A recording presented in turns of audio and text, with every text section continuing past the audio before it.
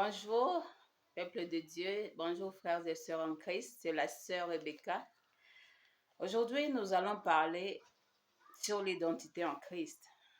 Le monde souffre aujourd'hui de la crise d'identité et l'Église aussi du Christ souffre de la crise d'identité où les gens sont perdus et ignorants.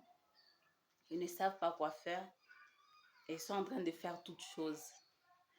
Parce que si on ne sait pas qui on est en Christ, c'est un problème et nous le voyons aujourd'hui dans le monde et dans l'Église. Parce que je voulais commencer d'abord à dire que nous vivons dans deux mondes en tant que chrétiens et ceux qui ne sont pas chrétiens.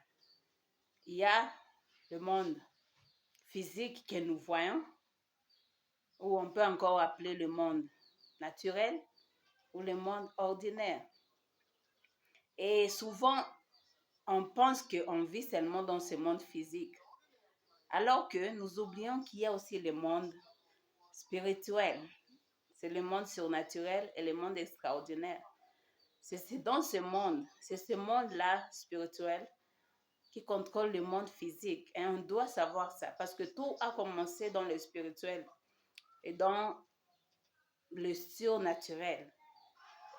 Mais en tant que chrétien, on doit savoir une chose, qu'on est spirituel.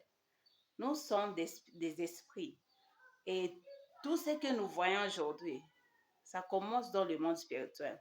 C'est pourquoi si nous le voyons, mais on doit essayer toujours de voir, parce que si nous voyons Jésus dans les livres des évangiles, il donnait toujours les exemples, parce que quand il parlait du royaume de Dieu, il a dit c'est comme une graine.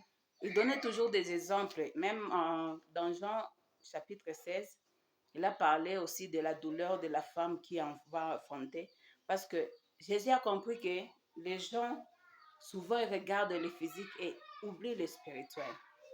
Maintenant, parce qu'en regardant, si aujourd'hui on te dit, tu dois te présenter.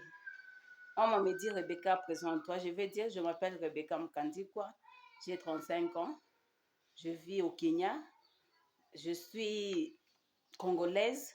C'est ça l'identité que nous parlons toujours. Mais on oublie, je peux dire que je suis enseignante de la parole de Dieu. Donc, tout le monde, souvent, nous nous présentons par rapport à notre tribu, à notre pays, à ce que nous faisons comme travail. Quelqu'un va te dire que non, je suis businessman, je fais le business ici et là. Alors, certaines choses on se présente par rapport à ce qu'on fait. Mais on doit savoir une chose, que notre identité ne dépend pas de ce qu'on fait, de là où nous venons. Notre identité est en nous. Notre identité vient des dons.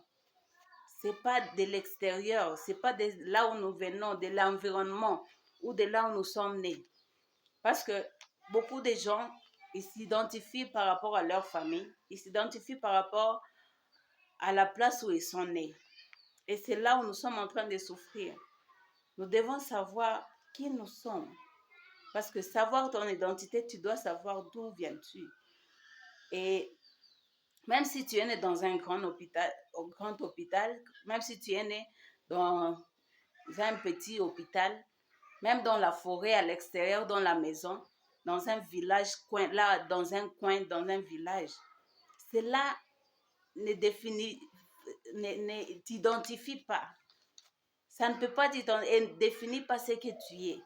Ce que tu es est au-dedans de toi. Et maintenant, nous regardons dans Luc chapitre 3, où quand Jésus est né, dans la bergerie. Les anges ils sont partis dire au berger que le sauveur, le roi est né. Tu t'imagines? Ils n'ont pas dit qu'un berger est né dans la bergerie. Jésus n'était pas berger parce qu'il est né dans la bergerie. Il n'était pas pauvre. Et si tout le monde regardait Jésus, tout le monde allait dire que non, Jésus est pauvre.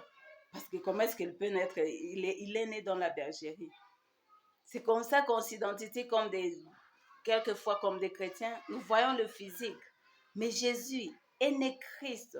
Il est né sauveur. Il est né roi. dans la bergerie. Et on voit que le maïs sont venus, ils ont emmené même des cadeaux. Et même quand Hérode voulait tuer Jésus, pour montrer que Jésus était riche, quand Dieu a dit, l'ange a dit à Joseph de partir en Égypte, Égypte était comme les États-Unis d'aujourd'hui. Tu t'imagines Jésus en Égypte. Alors, comment est-ce que Jésus était pauvre? Il n'était pas pauvre.